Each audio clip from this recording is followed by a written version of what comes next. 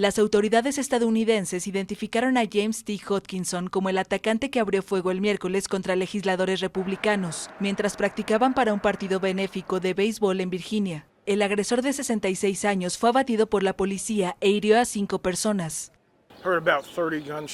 Escuché como 30 disparos viniendo por este lado, y después se calmó, pero definitivamente fueron 30. Hodgkinson, originario de Illinois, no había mostrado extremismo violento, pero según la prensa local tuvo una serie de enfrentamientos con la policía. El atacante era un ferviente admirador del senador demócrata Bernie Sanders y un fuerte crítico del presidente Donald Trump.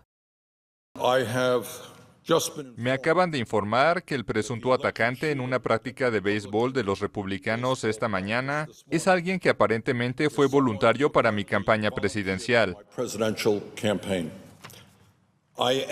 Me enferma este despreciable acto. Entre los heridos del tiroteo se encuentra Steve Scalise, jefe de la bancada republicana en la Cámara de Representantes. El legislador fue sometido a una intervención quirúrgica y se encuentra en estado crítico, según informó el hospital donde es atendido.